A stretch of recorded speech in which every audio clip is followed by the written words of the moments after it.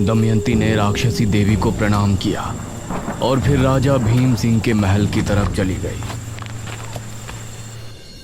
राजा भीम सिंह उस समय अपने शयन कक्ष में सो रहा था। तभी उसे महसूस हुआ कि कोई उसके सीने को सहला रहा है। वो हड़बड़ाहट में नींद से जागा। कौन है? आंख खुलने पर उसने दमयंती को अपने बिस्तर पर पाया तो वो हैरान रह गया। अरे दमयंती, तुम? जी महाराज, हम। कहाँ चली गई थी आप? उस रात से आप कहीं नजर ही नहीं आई। हमने आपको कितना खोजा, आपको पता है? महाराज, आपने हमारे साथ जो किया उससे हमें बहुत बुरा लगा था, लेकिन बाद में हमने सोचा कि आपने हम पर इतनी दया की थी, हमें अपने महल में जगह दी थी। आपके एहसानों के बदले तो हमें जीवन भर आपकी सेवा करने में ही गुजार देना चाहिए। यह सुनकर राजा खुश हो गया। ऐसा नहीं है दमयंती, आप बस हर रात हमारा अकेलापन दूर कीजिए, यही हमारे लिए काफी है। क्यों नहीं महाराज? ये कहकर दमयंती महाराज पर झपटी। महाराज बेड पर वापस गिर गए और दमयंती उनके सीने पर बैठ गई। वो महाराज के चेहरे पर प्यार से हाथ फेरने लगी। महाराज भी उसकी कमर पर हाथ फेर रहे थे और अपनी आंखें बंद करके उसके कोमल जिस्म का स्पर्श महसूस कर रहे थे। तभी दमयंती की आंखें लाल लाल चमक उठी। उसके नाखून लंबे होकर राजा के सीने में चुभने लगे। भीम सिंह ने जैसे ही आंखें खोली तो दमयंती का नया रूप देखकर वो हैरान रह गया। हटिए, कौन है आप? हम वही हैं महाराज, जिनको आप सदैव अपनी दासी बनाकर रखना चाहते हैं। करीब आइए ना। दमयंती ने अपना तेज पंजा राजा के सीने पर ऐसा चलाया कि अगले ही पल भीम सिंह का दिल दमयंती के हाथ में था।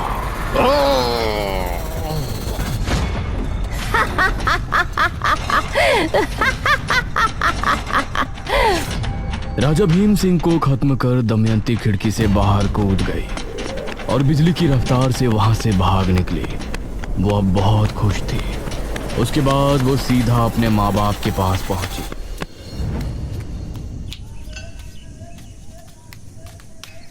अरे दमयंती बेटी। उसकी माँ ने उठकर उसे गले से लगा लिया। कहाँ चली गई थी बेटी? अब कहीं नहीं जाऊंगी माँ। लेकिन उसका पिता तभी उस पर गरज कर बोला। कहाँ मुंह काला कर रही थी इतने दिनों से? मिल गया होगा कोई प्रेमी जिसके साथ तू रंगरलियां मना रही होगी। आप ऐसा क्यों बोल रहे हैं? हमारी बेटी इतने दिनों बाद आई है। इसी बात का तो दुख है। अब तो इससे जमींदार भी शादी नहीं करेगा, क्योंकि गांव में ये बात फैल गई है कि मेरी पुत्री घर से भाग गई थी। यह सुनते हुए दमयंती अपने पिता को गुस्से भरी निगाहों से देख रही थी। वही जमींदार ना पिताजी, जिसको आप अपनी इस पुत्री को 50,000 मुद्राओं में बेचने वाले थे? ये सुनकर दमयंती का पिता हैरान रह गया। अगर हम भागते नहीं तो अभी तक आप हमें बेच चुके होते। उसे विवाह नहीं, बेच फरोख कहते हैं पिताजी। ये सुनकर उसका पिता दांत भींचते हुए अपने कमरे में चला गया। माँ, मुझे भूख लगी है, खाना लगाओ। दमयंती की माँ ने उसके लिए खाना लगाया और दमयंती ने खाना शुरू किया। लेकिन काफी खाने के बाद भी उसकी भूख मिट नहीं रही थी। माँ, और दो ना, भूख लगी है। बेटी, तुम 8 रोटी खा चुकी हो, अभी तक तुम्हारी भूख शांत नहीं हुई। ये सुनकर दमयंती को भी बहुत अजीब लगा, क्योंकि इस बात पर उसने भी ध्यान नहीं दिया था। कोई बात नहीं बेटी, मैं अभी बनाती हूँ, रुक। दमयंती की माँ ने उसके लिए 4 रोटियां और डाली, लेकिन उन्हें खाने के बाद भी दमयंती की भूख शांत नहीं हो रही थी। ठीक है माँ, मैं सोने जा रही हूँ।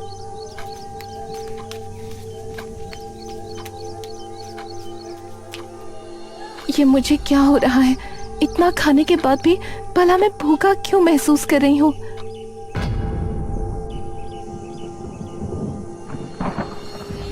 आधी रात का पहर था। चारों तरफ घना जंगल। दमयंती डरी सहमी सी अंधेरे के बीच खड़ी थी। ये मैं कहाँ आ गई? क्या मैं सही जगह हूँ? वो इधर उधर देख रही थी, लेकिन घने जंगल के अलावा कुछ भी नजर नहीं आ रहा था। तभी उसे एक आवाज सुनाई दी। यह आवाज सुनकर वो अचानक से डर गई और झाड़ियों के बीच जा छिपी। उसने देखा कि 4 आदमी कंधे पर एक ताबूत उठाए आगे बढ़ रहे हैं और उन्हें पहचानते ही वो बेहद डर गई। हे काली दुनिया की देवी, मुझे बचा लीजिए। वो चारों दमयंती के जितना करीब आ रहे थे, उसके दिल में खौफ और भी ज्यादा बढ़ता जा रहा था। वो उस तक पहुंचने ही वाले थे, तभी अचानक उसे झटका लगा। उसने पाया कि वो जमीन पर पड़ी है, क्योंकि वो तभी खाट से नीचे गिरी थी। हाँ, ये भी स्वप्न था। इतना कुछ हो गया जिंदगी में, लेकिन ये स्वप्न अभी भी वहीं का वहीं है। उसने उठकर पानी पिया।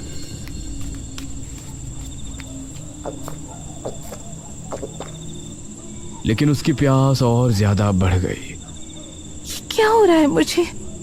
उसके शरीर में सिहरन होने लगी थी और उसकी आंखें अपने आप ही लाल होने लगी थीं। वो उसी समय जंगल की तरफ भाग निकली। उसके नाखून लंबे हो गए और वो बहुत गर्मी महसूस करने लगी। उसकी चमड़ी भी भयानक हो गई थी। ये मुझे क्या हो रहा है? तभी उसे एक अक्स दिखाई दिया, जो कि तांत्रिका का था।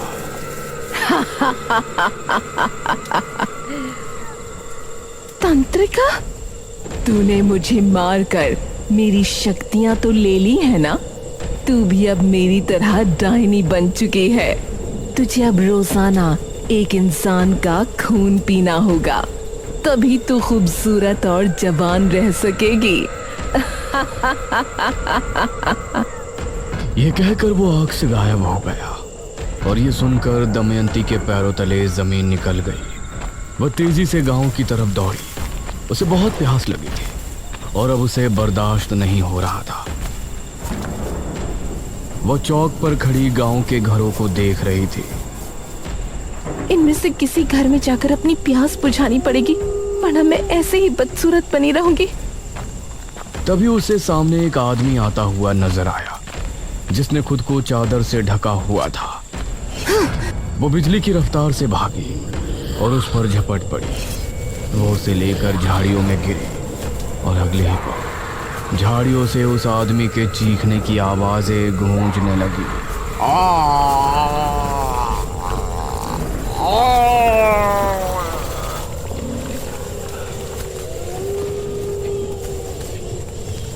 काफी देर बाद दमयंती उस आदमी से अलग हुई। अब उसका शरीर फिर से इंसानों के जैसा हो गया था। उसकी आंखें, उसके नाखून सब पहले जैसे हो गए थे और अब वो खूबसूरत दिख रही थी। अब मुझे घर चलना चाहिए, कहीं माँ ने देख लिया तो सदमे में चली जाएगी। वो उसी समय वहां से भागी और घर पहुंचकर आराम से सो गई। अब उसकी प्यास बुझने के बाद उसे चैन की नींद आ गई थी।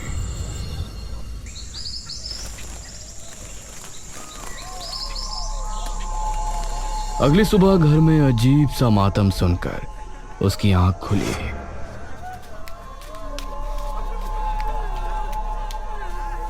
वो कमरे से निकली तो उसके घर के बाहर कुछ लोग जमा थे। उसके पिता की लाश जमीन पर पड़ी थी और उसकी माँ वहीं खड़ी आंसू बहा रही थी। ये क्या? ये कैसे हुआ? जरूर इस पर किसी जानवर ने हमला किया होगा। पूरे शरीर से खून गायब है। उसने देखा कि उसके पिता के लाश के पास वही चादर पड़ी थी जो उस आदमी ने ओढ़ी थी, जिसका शिकार उसने पिछली रात को किया था।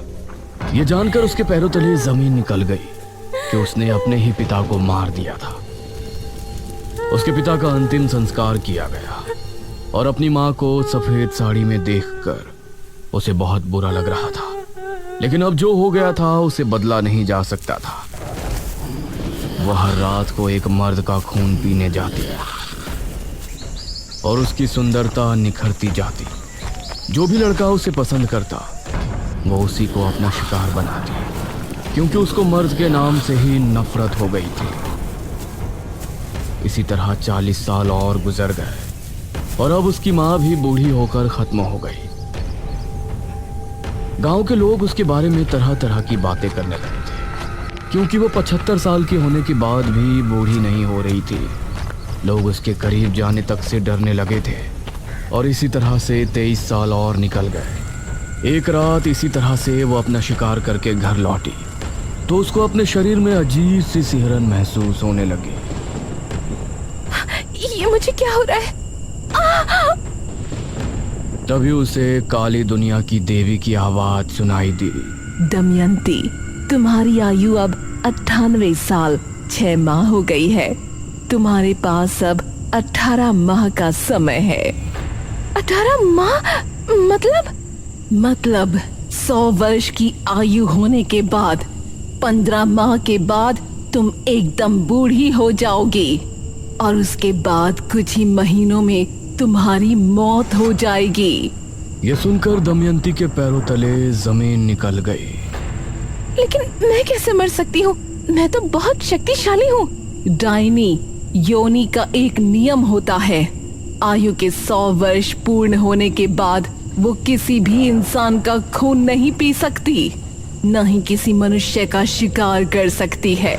उस समय उसे एक क्रिया करनी होती है जिसमें उसको जिंदा मनुष्य नहीं बल्कि 11 मुर्दों का खून पीना पड़ता है, और ये क्रिया 100 वर्ष की आयु होने के 55 दिनों के भीतर करनी पड़ती है, अन्यथा 56वें दिन उसकी मृत्यु हो जाएगी। लेकिन जब मैं किसी मनुष्य को मार ही नहीं सकती और जिंदा मनुष्य का खून पी नहीं सकती तो इस क्रिया को करूंगी कैसे? वो तुमको करना है। कैसे करना है ये सब तुमको देखना है, लेकिन उस क्रिया को करने के बाद ही तुम्हारी आयु 1000 साल बढ़ जाएगी, अन्यथा तुम्हारा अंत हो जाएगा। ये सुनकर दमयंती को कुछ भी समझ नहीं आया कि वो आगे क्या करे। इस तरफ बेरमपुर में राजा विश्वजीत के प्रजाजन महामारी से जूझ रहे थे। महाराज, नगर में फैली महामारी अब और बढ़ चुकी है। अब इससे नहीं निपटा गया तो राज्य पूरी तरह से तबाह बर्बाद हो जाएगा। इस महामारी से निपटने का बंदोबस्त हम अवश्य करेंगे मंत्री जी। उसी समय एक आदमी वहां पहुंचा। महाराज की जय हो। जी, कौन है आप? महाराज, हम आपके पड़ोसी राज्य बल्लभगढ़ के राजा इंद्रसेन के दूत हैं। उन्होंने आपको शीघ्र ही मिलने बुलाया है। उनका कहना है कि आपके राज्य पर जो संकट आया है उससे निपटने में वो आपकी सहायता करना चाहते हैं। पिताश्री, हमें नहीं लगता कि वो हमारी इस महामारी से निपटने में कोई सहायता कर सकते हैं। हमें स्वयं ही कुछ करना पड़ेगा। समस्या गंभीर है राजकुमारी, हमें एक बार अवश्य ही उनसे मिलना चाहिए। हम आज रात ही उनके राज्य के लिए निकलते हैं। ठीक है पिताश्री, इस महामारी का जो भी हल निकले आप शीघ्र ही वापस आने की कोशिश करें, क्योंकि अगर आप इस बीमारी का इलाज नहीं ढूंढ पाए तो हमें ही कुछ करना होगा। अवश्य राजकुमारी। उसके बाद महाराज विश्वजीत सेनापति के साथ महल से निकले थे और फिर रास्ते में उनको एक सुंदर कन्या मिली, जो कोई और नहीं बल्कि दमयंती ही थी। दमयंती राजा विश्वजीत को किस तरह मिली और कैसे उसने राजा विश्वजीत को अपने प्रेम जाल में फंसाकर अपने 11 मुर्दों के खून पीने वाली क्रिया को अंजाम दिया, ये सब आप पिछले भाग में देख चुके थे। अंत में राजकुमारी मेघालय ने दमयंती पर हमला करके उसकी क्रिया भंग की थी और फिर दमयंती के शरीर वापस शक्ति पाने से पहले राज्य की सेना ने दमयंती को एक गुफा में बंद कर दिया था। कहा गया था कि अगर राजकुमारी मेघालय के कदम उस गुफा पर पड़ेंगे तो दमयंती जिंदा हो सकती है। और 6वें भाग में आपने देखा कि राजकुमारी मेघालय, जो इस जन्म में मेघना है, उसने अपने पिछले जन्म के पिता की लाश को एक गुफा से ढूंढकर निशिर मोलो के हवाले कर दिया था।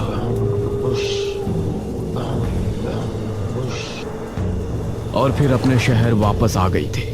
लेकिन भाग के अंत में हमने देखा था कि दमयंती एक ताबूत से बाहर आ गई है, जो कि उसी गुफा में रखा था। वो कैसे वापस आई और अब आगे क्या करने वाली है, ये सब जानने के लिए आइए देखते हैं आगे की कहानी। तभी जनकपुर का माहौल बदल गया था। तेज तूफानी हवाएं चलने लगी और आसमान में काले बादल छा गए। हे भगवान, आज तो लगता है तूफान आने वाला है। आसमान में बिजली कड़क कर बार बार गुफा पर गिर रही थी। उसकी गहराई में एक और ताबूत रखा था, जो पिछली बार भी हमने देखा था। उसके अंदर से धम धम की आवाज हुई और फिर उसका ढक्कन खुल गया। धीरे से उसके अंदर से दमयंती बाहर आई। उसके चेहरे पर अजीब सी मुस्कान थी। उसकी आंखें लाल लाल चमक रही थी और नाखून बहुत पैने हो गए थे। हम जाग उठे हैं, हम फिर से आजाद हो गए, आजाद हो गए हम। वो भयानक अंदाज में हंसती हुई गुफा से बाहर की ओर बढ़ गई।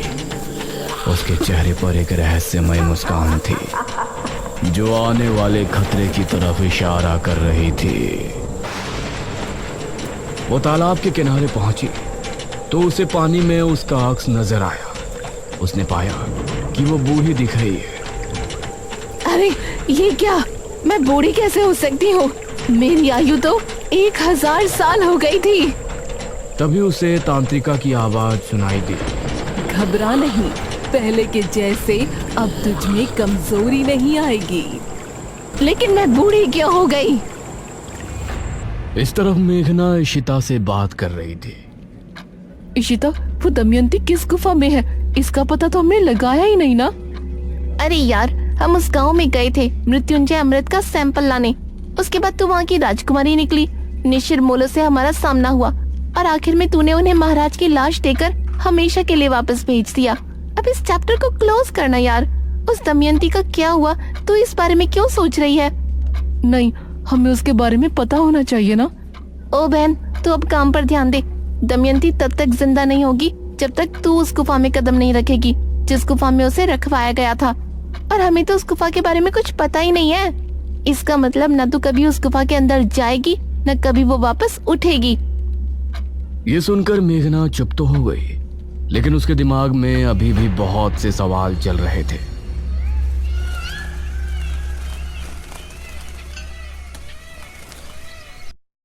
वहीं बेरमपुर में अनुज अपने घर पर बैठा हुआ था।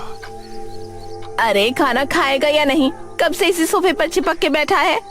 माँ, मुझे भूख नहीं लग रही है। जब लगेगी तो खा लूंगा ना। आप खा लो। अब उन्हें कैसे बताऊं कि मुझे मेघना की याद आ रही है। इससे अच्छा तो निशिर मोलो कभी इस गांव से जाते ही नहीं। मेघना यहाँ मेरे साथ तो रहती।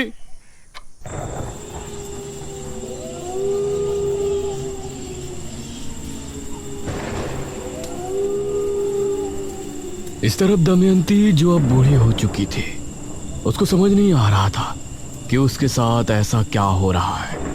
तभी उसे एक आवाज सुनाई दी और उसने आसमान में देखा। अरे ये क्या चीज है जो आसमान में उड़ रही है? ये तो कोई विमान लगता है। उसने आंखें बंद की तो उसे विमान में बैठे हुए लोगों की आवाजें सुनाई दी। अरे इस विमान में मनुष्य बैठे हैं। मतलब इस युग में मनुष्य हवा में उड़कर यात्रा करते हैं। ये संसार इतना आगे निकल गया है। ऐसे में कितने सालों बाद उठी हूँ। कहीं मेरे 1000 वर्ष पूरे तो नहीं हो गए। तभी उसे जोरों की प्यास लगने लगी। बहुत प्यास लगी है। कोई शिकार ढूंढना पड़ेगा। वो अब गांव की तरफ बढ़ गई। जनकपुरी में सभी गांव के लोग अपने अपने घरों में घुस गए थे।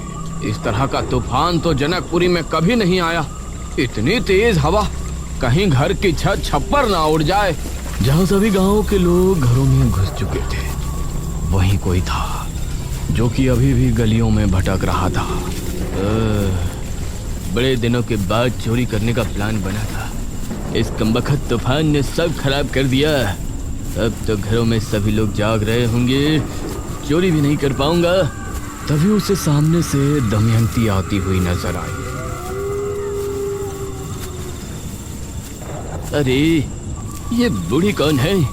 वो आदमी कुछ कदम बढ़ाकर दमयंती के पास पहुंचा दमयंती उसको ऊपर से नीचे तक देखने लगी। इसने कितने विचित्र वस्त्र पहने हैं, शायद इस जमाने के लोग यही पहनते हैं। अरे अम्मा, इतने तूफान में कहाँ जा रही हो? घर चली जाओ। इसको सुनसान जगह ले जाकर इसी का शिकार कर लेती हूँ। बेटा, मैं अपने घर ही जा रही थी, अपनी पुत्री से भेंट करके आ रही हूँ। भेंट करके? वो क्या होता है? अब मतलब मिलकर आ रही हूँ बेटा, लेकिन अब चला नहीं जा रहा। कोई बात नहीं अम्मा जी, आओ, मैं आपको घर छोड़ देता हूँ। आइए, मेरी पीठ पर चढ़ जाइए। उस आदमी ने दमयंती को अपनी पीठ पर बैठा लिया और आगे बढ़ गया।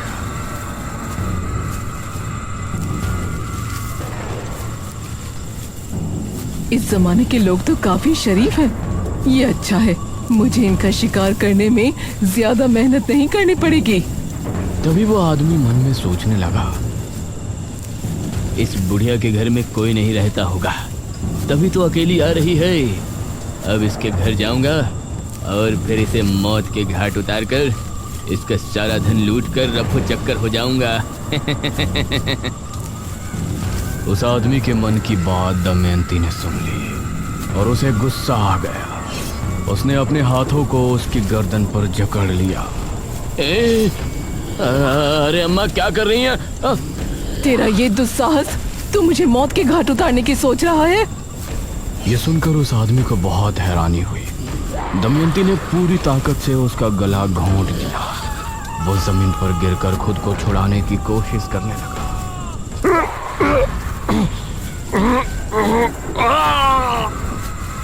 उसकी चीख सुनकर आसपास पेड़ों पर बैठे पक्षी फड़फड़ाते हुए फिजा में उड़ गए। दमयंती उसे पूरी तरह से खाली करके उठ खड़ी हुई। अब सुकून मिल रहा है। तभी उसका शरीर ठंडा पड़ने लगा। अब ये क्या हो रहा है? तभी उसके शरीर की रंगत बिखरने लगी। उसके बाल भी काले घने हो गए। देखते ही देखते वो पूरी तरह से जवान और खूबसूरत हो गई। उसने अपने चेहरे पर हाथ फेरा तो अपनी खूबसूरती को वापस पाकर उसे बहुत खुशी हुई। मतलब मैं बूढ़ी सिर्फ इस वजह से हुई थी कि मैंने पिछले कई वर्षों से खून नहीं पिया था। इसका मतलब मेरी जिंदगी के 1000 वर्ष पूरे नहीं हुए। अब मैं राजकुमारी मेघालय से अपने साथ हुई सभी धोखेबाजी का बदला लूंगी। मार दूंगी उसको चारों तरफ से, मार दूंगी उसको चारों तरफ, तबाही मचा दूंगी। दमयंती आगे क्या करने वाली है? वो अचानक कैसे आजाद हो गई? क्या अब मेघना की जिंदगी में खतरा और ज्यादा बढ़ गया है? अनुज मेघना को पसंद करने लगा है। क्या होगा इसकी प्रेम कहानी में? बने रहिए हमारे साथ इस रोमांचक और डरावनी कहानी के अगले भाग ताबूत पार्ट 9 में भी, सिर्फ और सिर्फ स्कल टाउन्स यूट्यूब चैनल पर।